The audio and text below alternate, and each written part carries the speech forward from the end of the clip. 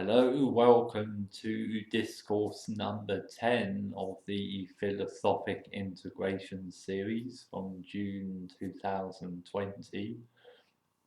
The topic of this last discourse is about the concept of being semi-ascended. Before I carry on explaining that, it's very important to stress on this path that firstly, all of my work is a perspective on physical ascension, how to become physically ascended from the human form. It's a bunch of messages and communications from a higher worldly energy.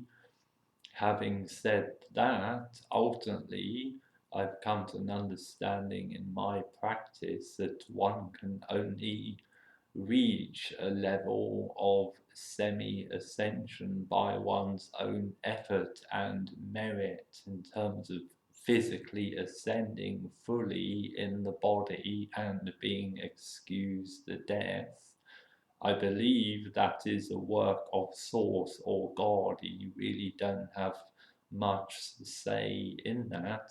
I believe that if you work to become semi-ascended and to hold that level, the physical ascension matter takes care of itself, and only Source can know the hour of your ascension.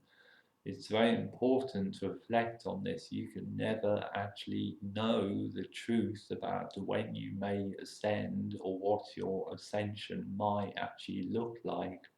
All of my work, no matter how detailed and expanded upon, it's a perspective. It's important to see it as a perspective, to use it in your practice.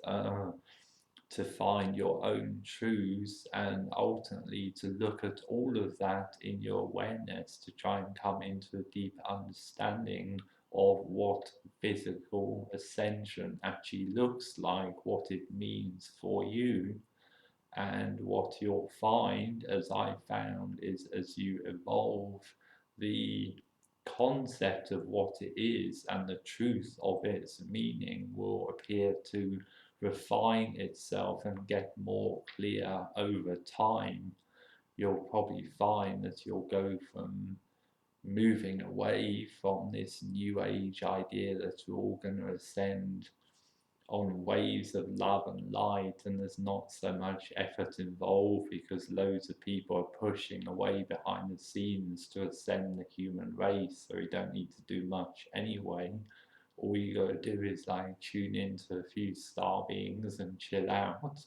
You'll probably move away from that notion and go through a series of stations in understanding to the point you'll realize that physical ascension, by its true definition, being excused death, is actually extremely difficult. It's like a top end achievement, and you'll realize the demands of the path, and ultimately you'll realize it's not possible to do a physical ascension or even have a crack at it without having established a favor, a relationship based on the favor of the gods and the higher powers overlooking your spiritual path. So it's important to bear all that in mind and to ultimately reflect on the fact that your physical ascension in the end is not in your hands. It's down to the gods, the higher astral beings, the star beings, whatever label you want to put to these higher beings. They will decide when you ascend, and it's in their hands. All you can do on earth is your work and to accumulate sufficient karma merit in order to be able to have a chance at transmuting the lower form and physically ascending. As a trap that people get into, they read a bit of my work, they drink a bit of ayahuasca, and sometimes they take other substances as well, and they break through into a realm of understanding. They receive revelations, and suddenly they think they're going to physically ascend at a set time and date in a certain manner, and that's it. And when that happens, nothing can like talk them out of that awareness. They become stuck in a single revelation, and they've forgotten to look at it philosophically from all angles and to reflect deeper upon its meaning. And then when it doesn't happen for them, there's a big crash and a big crisis because they staked everything on a single throw of the dice, and the dice didn't go in their favor. And it's because they omitted the divine grace factor, and ultimately they didn't discern deeply enough what physical ascension actually means. You know, I've drunk a lot of ayahuasca in my life. I've drunk ayahuasca 1,000 times, and I've seen in my energy with my astral body what it's like to be ascended. I've had experiences many times outside of my body in those ascended realms. So I got a very detailed look and understanding into those realms, but never once was I able to actually take my physical body in there. So for me, after drinking 1,000 times the ayahuasca, no matter how much I saw the ascended realms, I realized that wasn't it. It was an integration of that energy in the earthly form. That was the only way for me it seemed meaningful to be able to continue to walk the path of spiritual and physical ascension. I've seen so many people get a sudden idea out of the blue on ayahuasca that they're going to ascend, and then they believe it's like that and they become fixed. When that doesn't work and it fails, as it will, then there's a lot of disillusionment and disappointment, and many people don't retake the path. And those that do take it up again have to like overcome a lot of self-created disillusionment. So you can avoid this phenomena by giving over to God or the higher powers the matter of your own physical ascension. You can't know better than Source or God when the hour of your ascension is. You can't know better. If you think you do, that's hubris. And also, if you think you can control or manipulate the higher powers of the source to achieve a physical ascension on the terms of your ego. Again, this is hubris, and these two things, these two traps, are something to be very aware of. If you try and impose too much of your ego or hubristic intentions on the power of source, it will kick you back hard and it will teach you a lesson. You know, if you're very humble in your spiritual practice, if you have been for many, many years, you won't kind of fall into those traps, and you won't have to go through the ego bruising experiences that come along with that. And instead of having like pushes, so to speak, try to push against source, seeing if you can ascend at a particular time and moment, because you're humble, you've let go of that. And it's that humility that gives the groundwork for focusing on becoming semi-ascended. I believe that's what one can do within the capacity of one's spiritual path. I don't believe one can totally make oneself physically ascend. That, in my understanding, in my many reflections, it's down to the higher powers, it's down to the gods, and it will be done at a time and manner of the choosing of those higher powers. They oversee my development, and my work is to present myself in the awareness of those higher forces, the gods, the divine grace, to present myself with humility and dedication to the spiritual path, to polish off my earthly vehicle in terms of keeping the body pure, keeping my sexual energy pure, keeping my intentions pure, and continuously refining and integrating the many different energies of the astral that they ultimately are the facilitator for.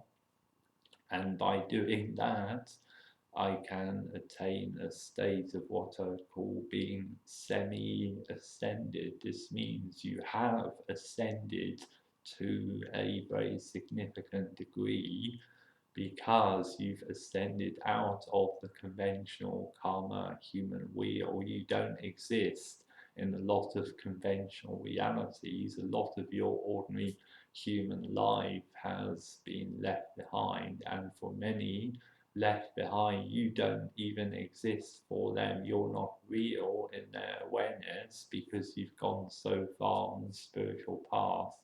You will leave their awareness, and to all extents and purposes, you've already physically ascended from that perspective. You'll still be here in a human body, so you know that you haven't physically ascended, but you will have ascended out of the karma of the human race. And when you look back on your spiritual journey, it'll be like looking down a very tall mountain at the way you've come. So you'll see you've come up a long way, so it's an ascension, but it's an ascension in awareness, in energy, in concentrated astral power, and in merit.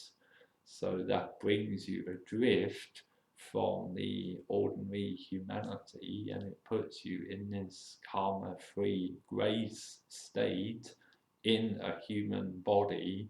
And this is kind of like a midway point. That's why I refer to it as being semi ascended, because you're going to see from where you've come, and you're going to start getting more and more intense and deep looks or visions or insights into what being more fully ascended may be. And that's your work as a student on this path, is to attain this astral grade of being semi-ascended. Another way of looking at that is that you've come out of the wheel of karma and rebirth. So the options that will be available to you will be being a non-returner, which involves ascension through death or ascension without death. It doesn't really matter which one you take, but if you're semi-ascended in karmic merit and awareness in this lifetime, in the here and now, and you can hold the state, then those are the destinies that lie ahead of you: ascension after death or ascension instead of death. And both of those lead to a state of not having to return to the 3D karmic wheel of reincarnation, rebirth, and death. So it's very important to contemplate and reflect and understand this concept of being semi-ascended.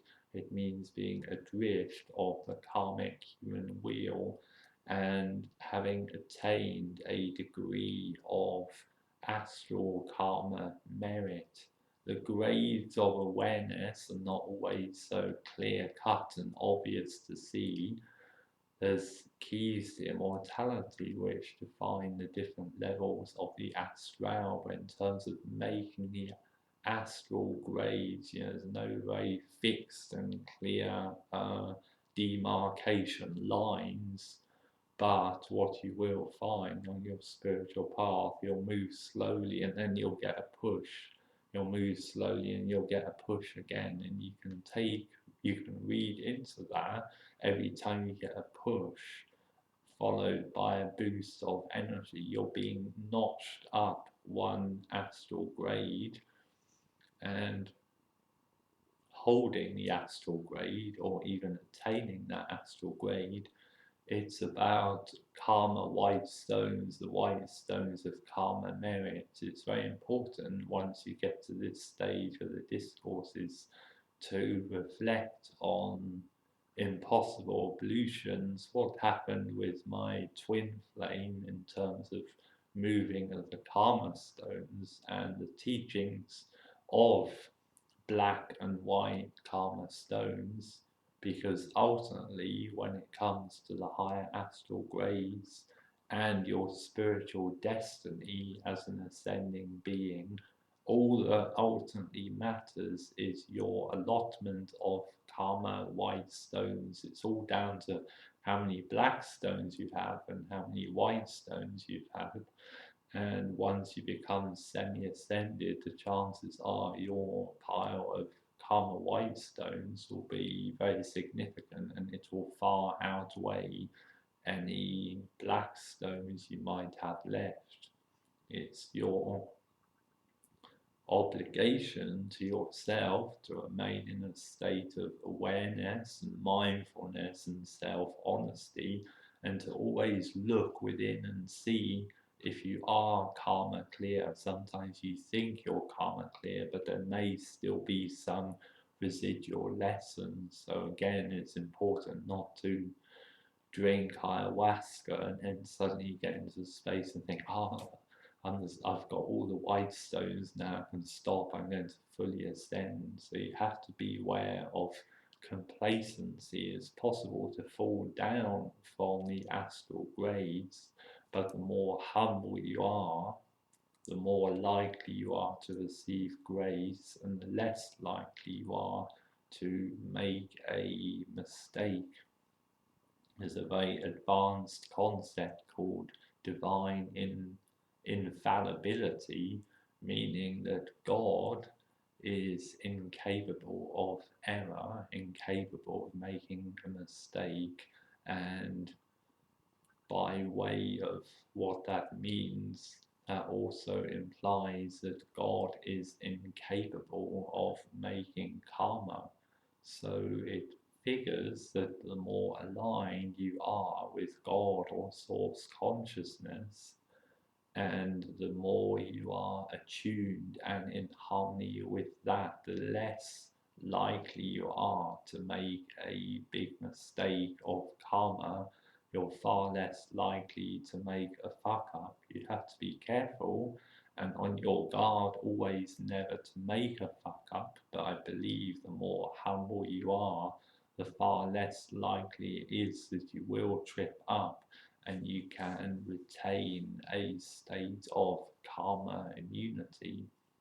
What you don't want to do is burst through into the regions of a lot of divine grace and being karma free and being into a very fortunate place of awareness and merit, and then making a fuck up, which will make you have to do a lot of that work again. So once you get to this discourse, it's very important to use the story of impossible ablutions and what happened to my twin to understand, because there's some very serious messages and warnings in this writing. And even if you take one on board and avoid making a karmic fuck up to that magnitude, you'll be spared a lot of suffering. You won't have to go through many, many lifetimes of karmic learning again. This is the reason why you want to focus on being semi-ascended in your energy awareness and leaving the physical ascension in the matter of the gods. You know, if you've come so far on your path, so far in progress, you do not want to go into hubris. You don't want to suddenly get overconfident, and kind of similar to the Icarus myth, I think, is flying too close to the sun, being burned, and then having a big crash out. So know always the importance of living in humility. In my understanding, more often than not, if you don't have the humility, you won't even get to the semi-ascended state.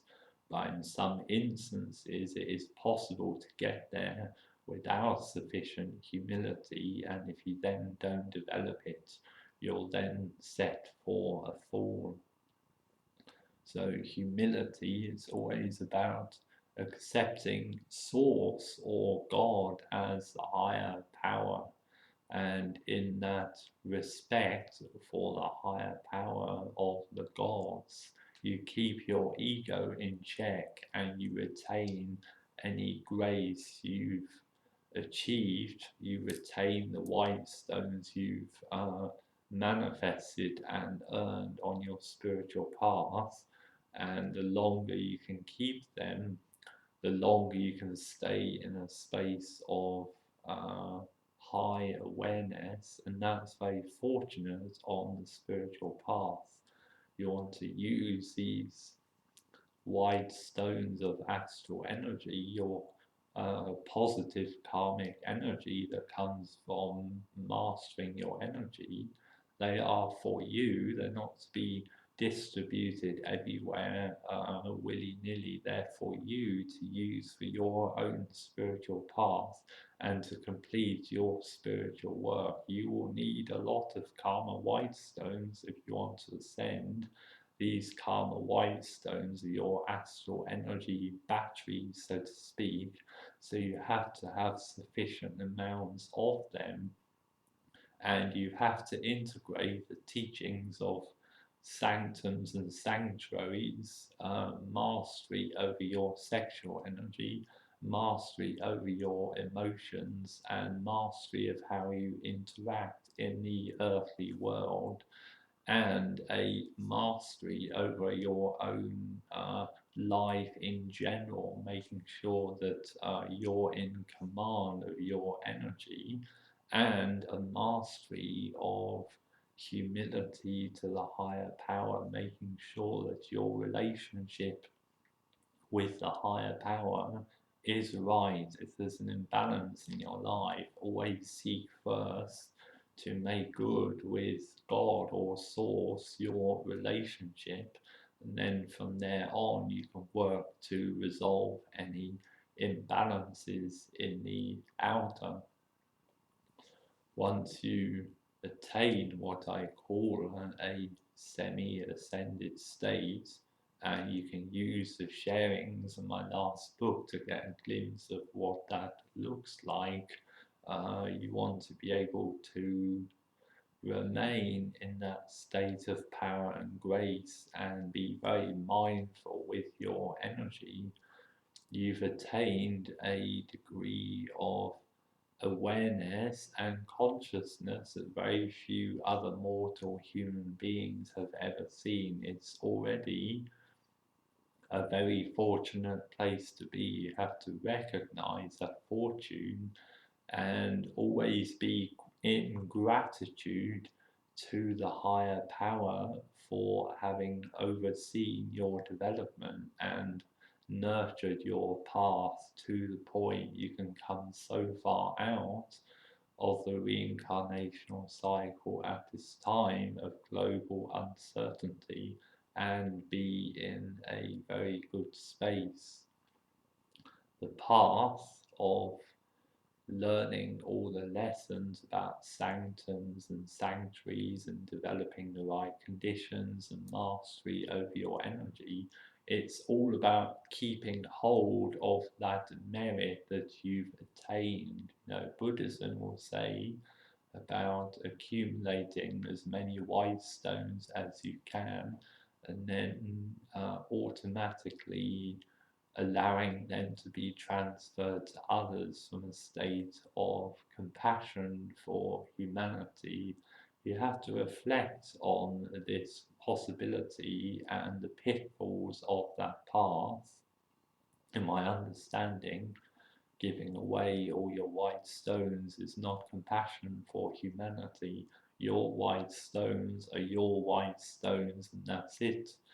People that integrated what happened with my twin and impossible ablutions will realize how much sacrifice that other people had to go through in the astral war in order so that I could get my white stones of karma back that had been taken from me in ayahuasca ceremony with dubious intentions. If you reflect upon what happened more there in that story, you'll realize how sacrosanct and important it is to keep those white stones and not to lose them. It's the white stones of karma that keep you astrally adrift.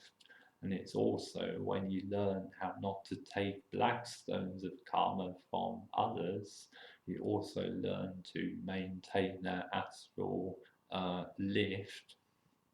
Once you consecrate brahmacharya and get much stronger in that and get integrated in the fasting, that astral lift from the general collective of karma kind of like widens, and then you get drawn closer and closer to God, so to speak, and it becomes a self-perpetuating positive re-enhancing cycle where you'll feel yourself drawn higher and higher in terms of entering a deeper relationship with Source, with God, with the Overself.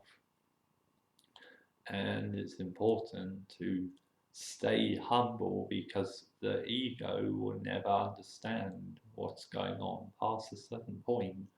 You can understand with a refined intellect what's happening to you. You can understand with intelligence the many spiritual processes at work, but you can't understand from the ego mind a fuller and more complete ego transformation in the presence of Source. You have to stay humble and you have to have sufficient white stones in your energy to avoid the ego kicking you back and sabotaging your spiritual progress. It's absolutely important at all times to retain humility. If there's one thing you should do on the spiritual path, if you say to me, what's the one thing to do, I would say be humble in the presence of the higher power. And most of the other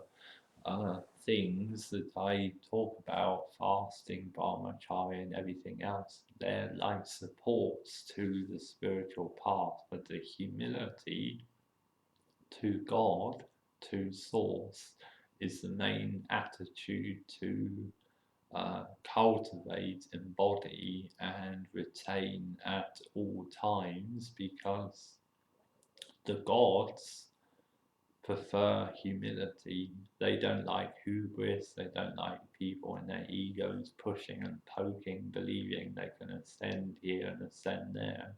They prefer humility, and it's the humility that will give you the greater degree of favors from the gods, and those greater dispensations of favors, dispensations of divine grace, is what's going to sustain you on the spiritual path and keep you in a high vibration of karma immunity. So to close this up, the work is for you to use all the works that I've created over the years, all the discourses, reflect upon them and use them as perspectives.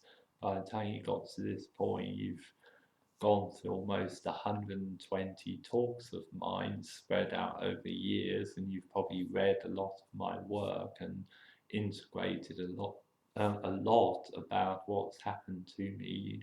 Use all of that as a perspective.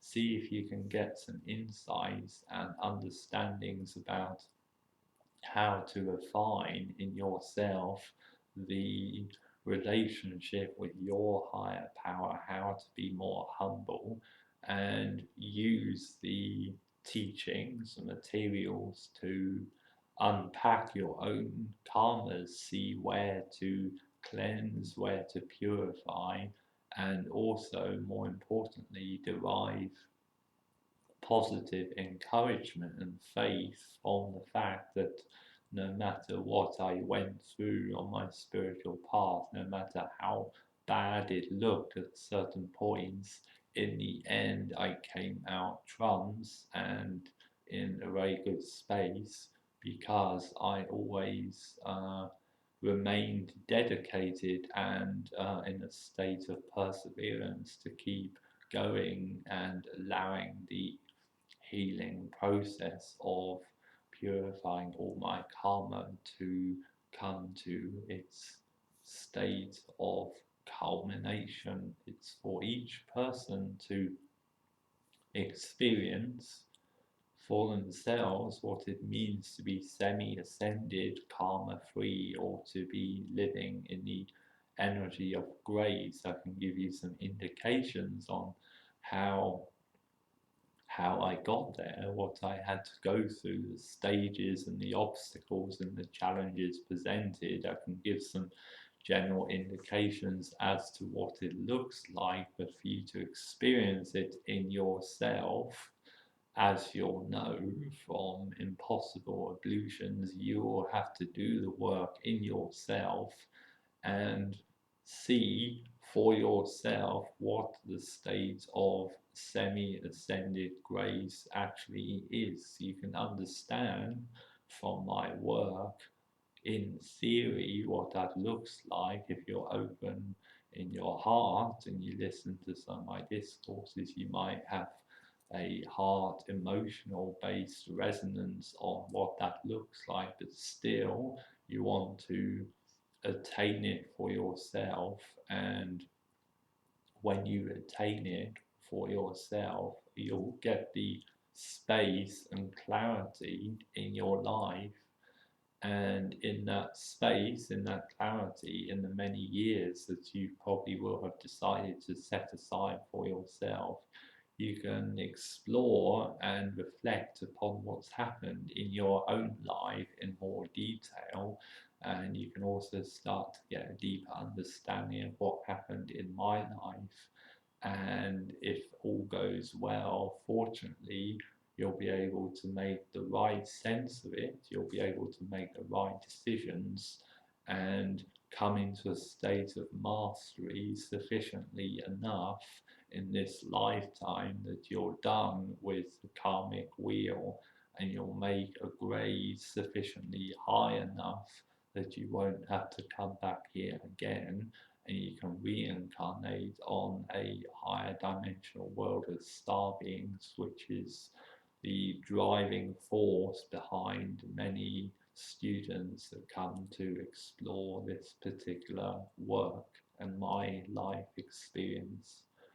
So it's important to push and be determined on the spiritual path.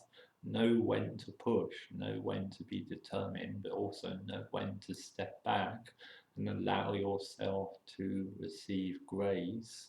And most importantly, love yourself, allow yourself to be loved by the star beings, and never give up on the path, because in the end, the payback, the payoff for the perseverance far exceeds the discomfort and the displeasure one might have to go through during the karmic purification process. It may take years and years, and it might seem that there's no end to it, but one day you will come to an end and you'll suddenly break free and then pop.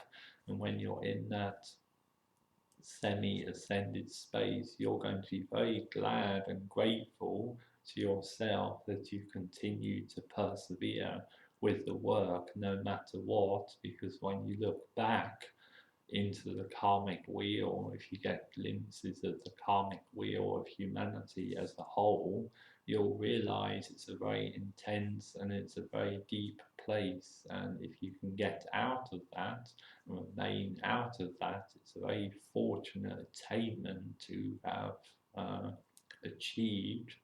It's important to recognize it for what it is and use the later teachings and the experiences of what happened to me to make sure that you retain that state of attainment, and also making sure that you use your energy correctly in this lifetime, master the manifestation of your sanctum, and master the unification of your energy field in the two aspects of wisdom and love. When those two are in balance, it's a very powerful tool. I can testify from personal experience, because I had the mirror of my twin to heal the imbalance between love and wisdom when they become harmonized. This was a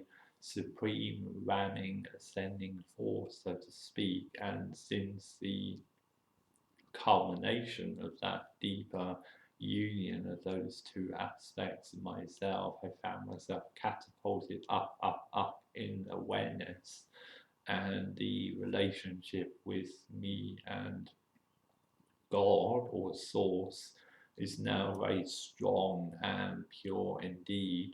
So do use the many sharings and the experiences, use my works to try and understand what happened to me on a deeper level, some of the experiences I've had, use my life story and use the many sharings and see if any of it makes sense for you and it's useful.